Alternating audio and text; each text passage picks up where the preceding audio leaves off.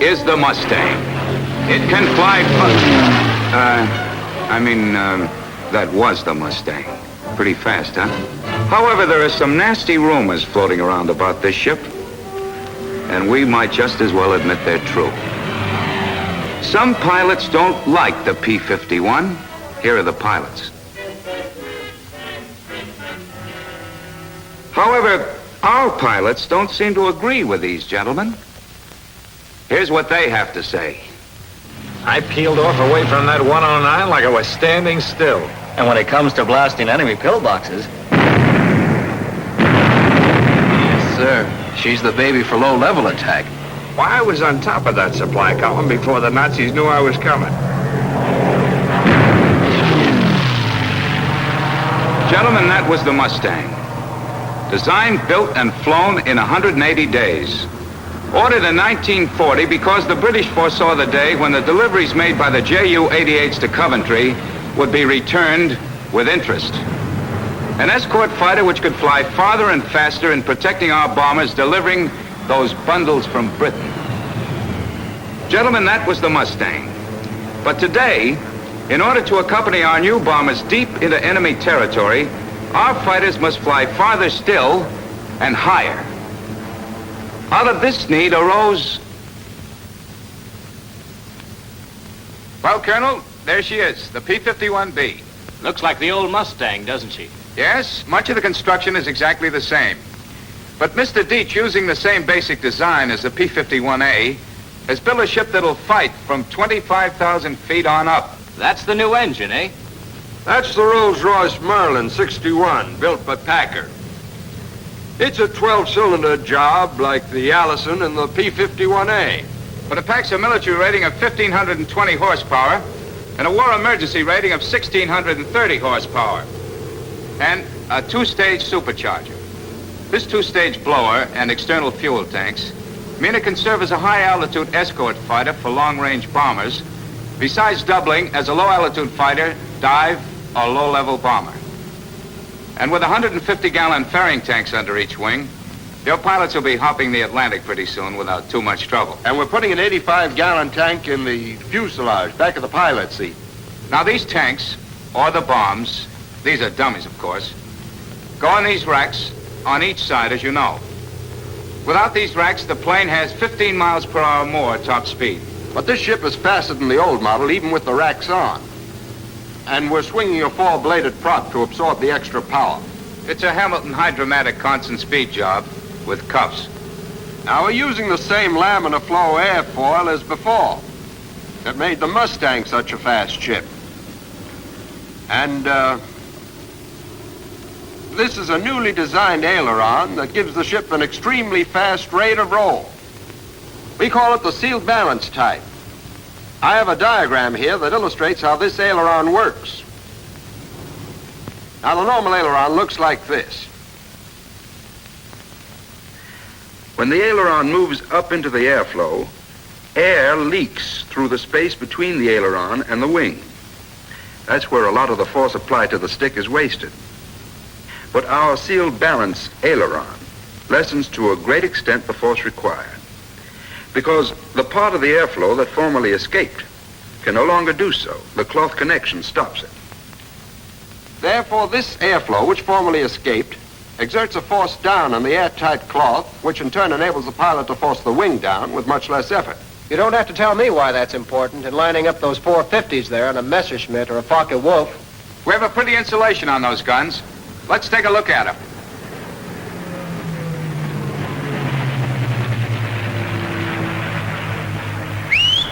Sam. Give me a hand with these access doors here. I want you to notice how we laid the guns on the side to eliminate any bulge in the airfoil. We're using a simplified mounting that allows removal in a few seconds. What about the guns the Jerry's and the Japs are packing? What kind of protection does a pilot have from enemy gunfire? Well, let's take a look at the sketches, shall we? We'll show you. Here we are. The P-51B is equipped with face-hardened steel armor plating and an armor glass windshield.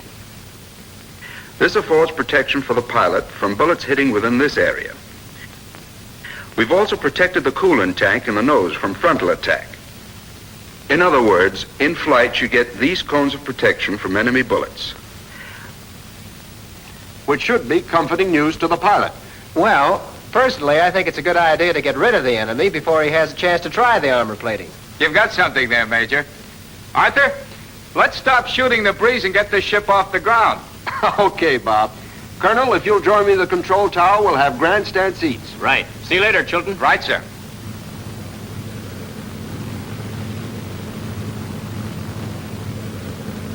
Bob will give a continuous radio report on everything he does in this plane which might deviate from normal pilot procedure, even if it's scratching his ear in the middle of a loop.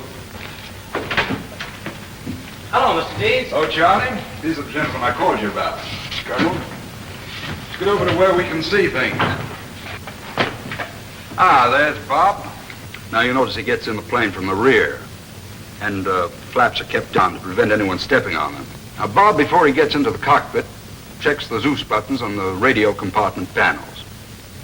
Once inside the cockpit, he gets comfortable, adjusts the rudder pedals, gets his shoulder harness set.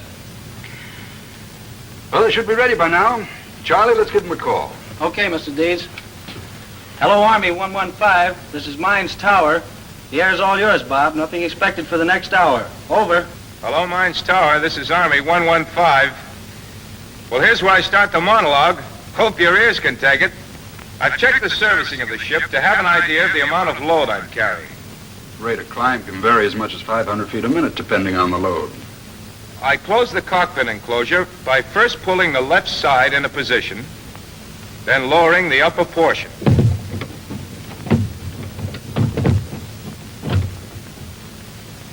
And I make sure the enclosure handle is locked in place with a safety latch, and rear hatch and felt molding is checked. He checks to see that the warning pins in the right sliding track are down. Pins checked. Starting the regular before starting engine check.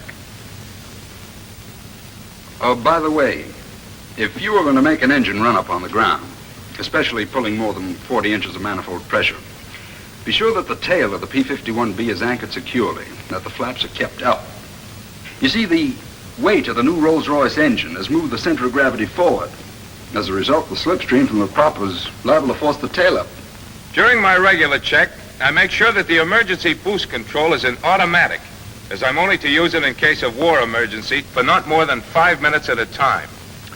Making sure supercharger control in automatic and not in low. Coolant and oil switches checked in automatic. Fuel booster pump on normal. Finish check, starting engine. Clear.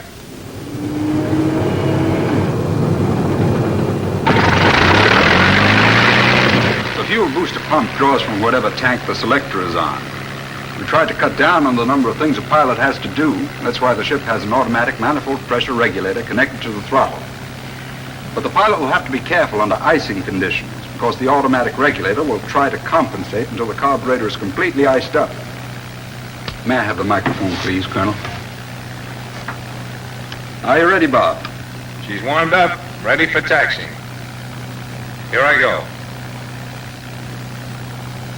The attitude of this ship makes ground visibility very poor, so S-ing is necessary even more than in most airplanes with a conventional type landing gear. In order to save the brakes, use the steerable tail wheel feature. If I hold the stick at neutral, or slightly aft of neutral, the tail wheel is steerable 6 degrees on each side. All I have to do is move the rudder pedal.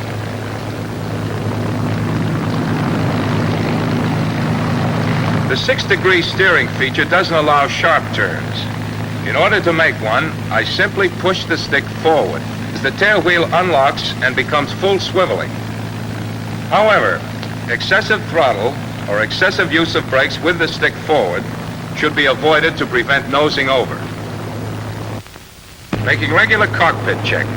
If in doubt, use the checklist. Every Army plane's got one.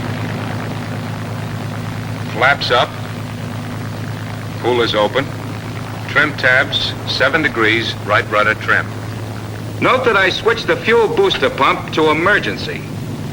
The pump draws from whichever tank the selector is on. Instruments, okay. Switches on main panel, okay. Checking oxygen gauge. Switches right panel, okay. Gas tanks, full. Running up engine, checking mags.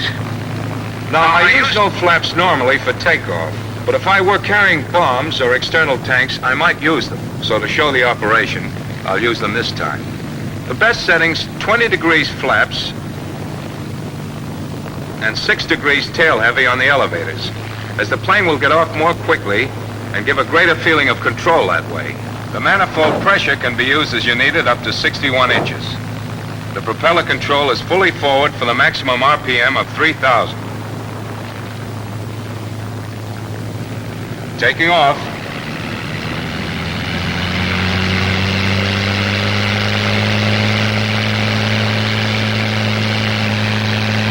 Keeping the tail on the ground and use of rudder trim, as I said before, counteracts normal torque action on takeoff.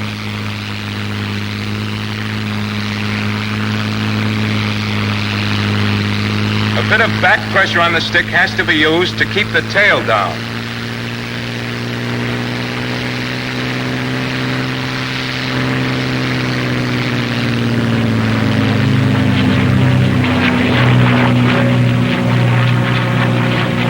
Landing gear up.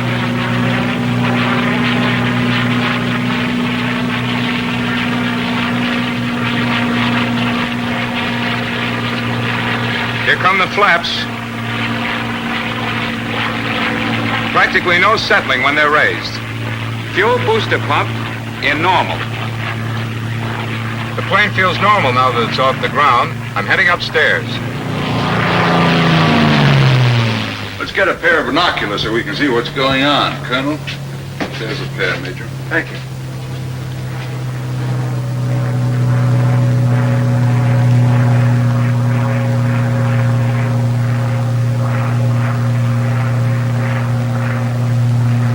$20,000 feet.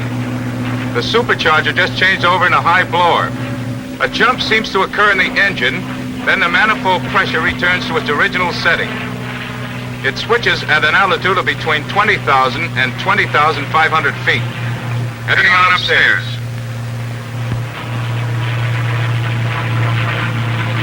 $25,000 feet. I've leveled off. Hello, Chilton. Hello? How is she on directional trim changes when speed and horsepower are varied? I'll throttle back and give it a whirl. The airplane is stable at all normal loadings, but the directional trim changes at low speeds as horsepower and speed is varied. However, the rudder tab corrects this effectively with only a slight adjustment, and it should be used as necessary. Normally, there is no trouble as the plane is naturally stable. That means the P-51B will remain at any altitude without adjusting the trim tabs. Less work for the pilot. Now I'm going to show her stalling characteristics. The stall is comparatively mild and occurs at approximately 95 miles per hour indicated with gear and flaps up. About 3 or 4 miles above this stalling speed, a slight elevator buffet occurs. Plane sinks a distance, then rolls over on one wing. It doesn't whip over as some other planes do and has very little tendency to drop into a spin. The recovery is completely normal. All that has to be done is to release the back pressure on the stick and apply opposite rudder. With the gear and flaps down, the stall would have the same characteristics as before, only it occurs at about 85 miles per hour indicated. Naturally, with combat tanks or bombs making an extra load, the stalling speeds are higher. I'll run to an accelerated stall.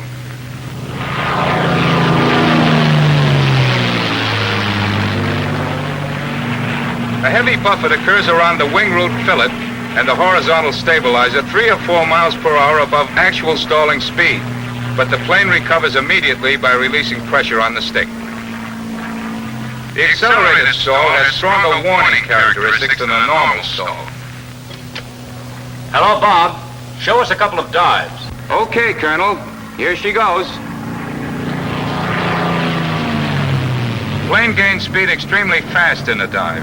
Tends to veer slightly to the right and continue in a dive without pulling itself out for quite a long time.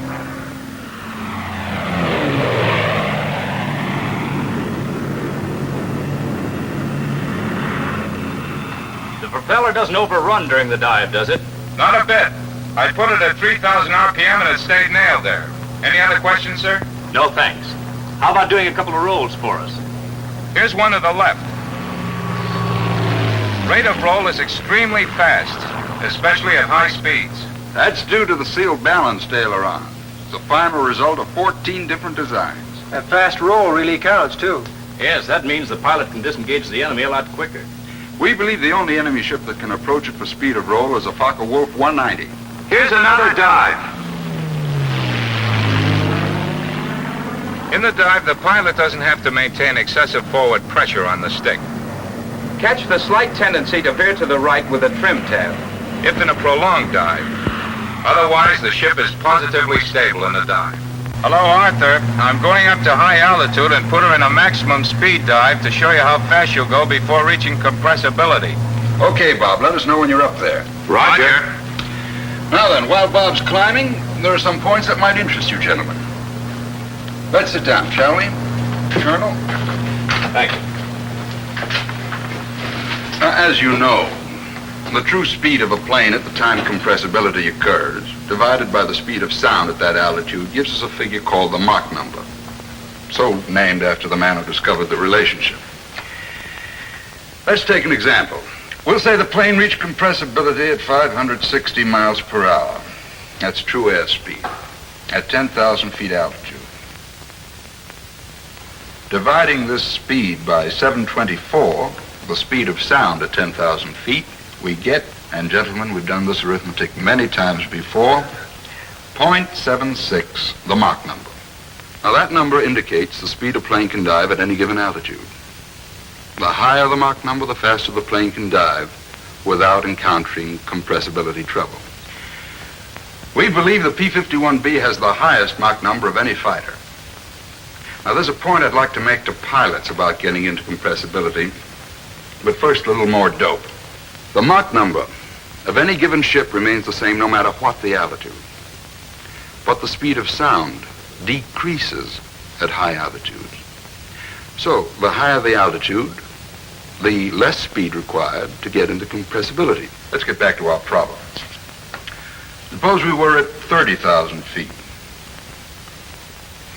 Then X, the speed we could go, divided by the decreased speed of sound at that altitude, 680 miles per hour, equals the Mach number, 0.76.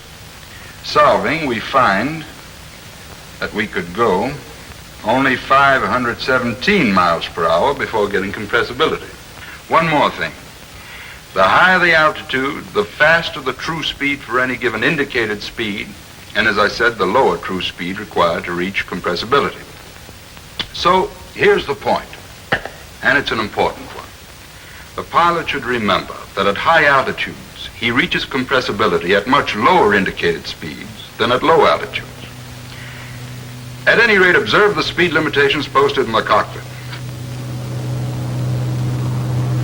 38,000. Are you all set down there? I guess we're all set. We had enough theory for the moment anyhow.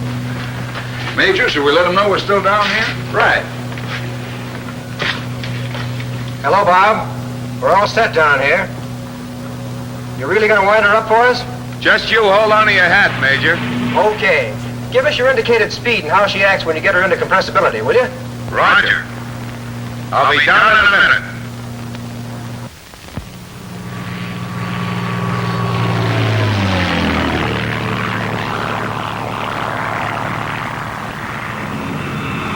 $300, $350, $400, $440. Compressibility. Stick moving fore and aft.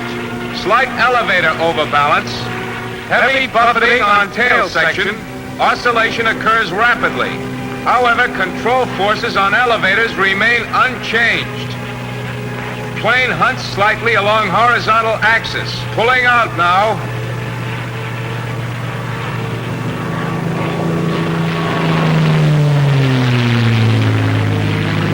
No difficulty, except buffeting continues until a lower speed has been reached. 440 indicated at that height. That's really moving. Enemy fighters will have a hell of a time trying to keep up with this ship in a dive. They really would, Colonel. I'm going to try a couple of spins. I'll do a right spin first. Here she goes. In a right spin, there is a continuous oscillation. A slight rudder buffet is present. Procedure for recovery completely normal. No trouble getting out of the spin. Probably try one to the left now.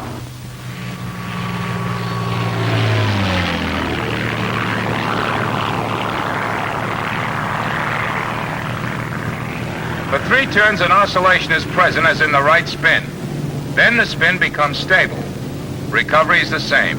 Full opposite rudder, then stick in neutral. Going into a sustained side slip.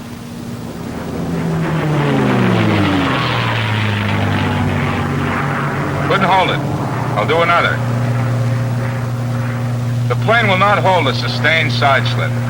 The aileron control is insufficient to hold it on a side-slipping angle. The ship automatically tends to straighten out. However, it will side-slip long enough to avoid enemy fire.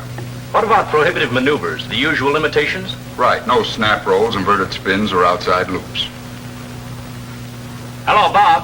How about some aerobatics? Roger. Here's a loop.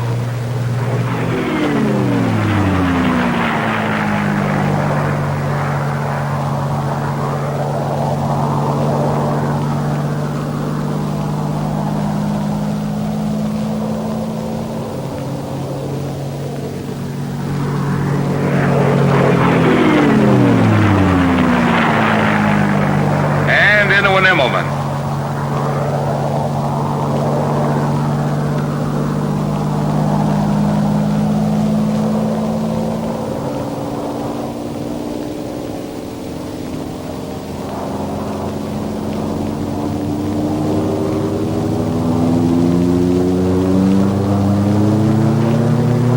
Here's a climbing roll.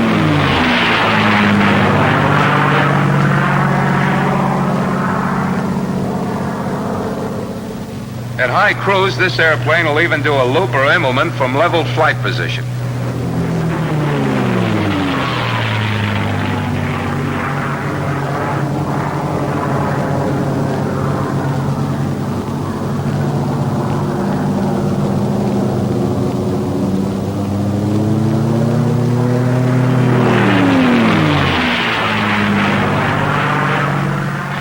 With the external fuel tanks or bombs installed, acrobatic maneuvers are prohibited. Also, every pilot should be warned not to fly inverted for more than 10 seconds. In that position, the scavenger pump fails to operate and oil pressure drops. Gonna buzz the field, Colonel. Want you to watch this for speed. Here he comes.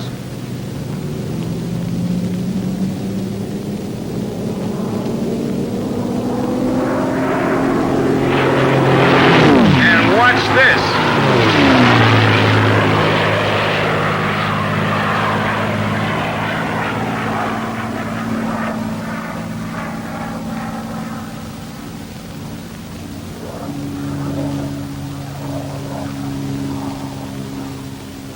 Like a bat out of hell. Boy, that was beautiful. Anything else I can show you while I'm up here? That was beautiful, Bob. Thanks, Colonel. I'll show you her gliding characteristics. I'll make a glide approach before landing. Right. Let's move over to where we can watch them come around.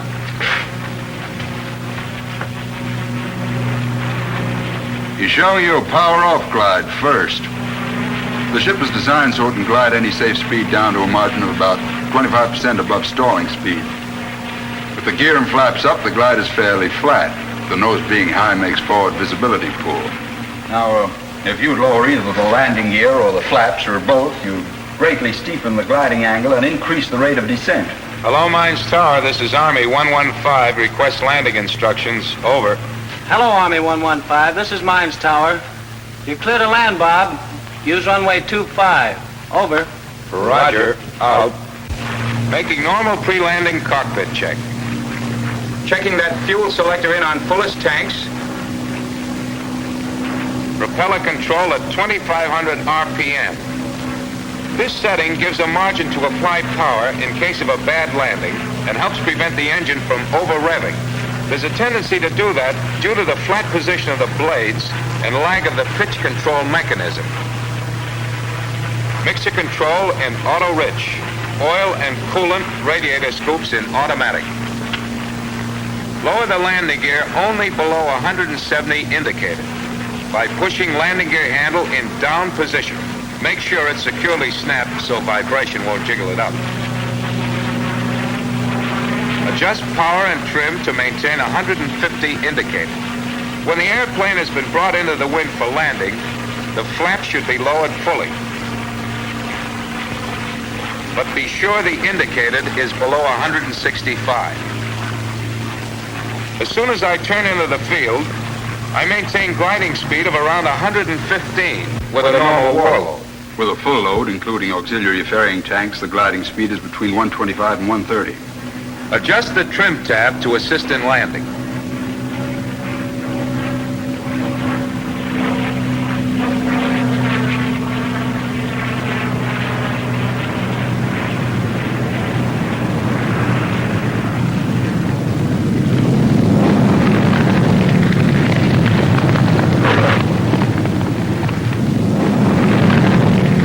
Beautiful landing. You can land just as well crosswind. The wide landing gear and the lockable tail wheel make it safe. But as you know, never use more than half flaps. Well, let's go down to the line and talk to Bob. Thank you.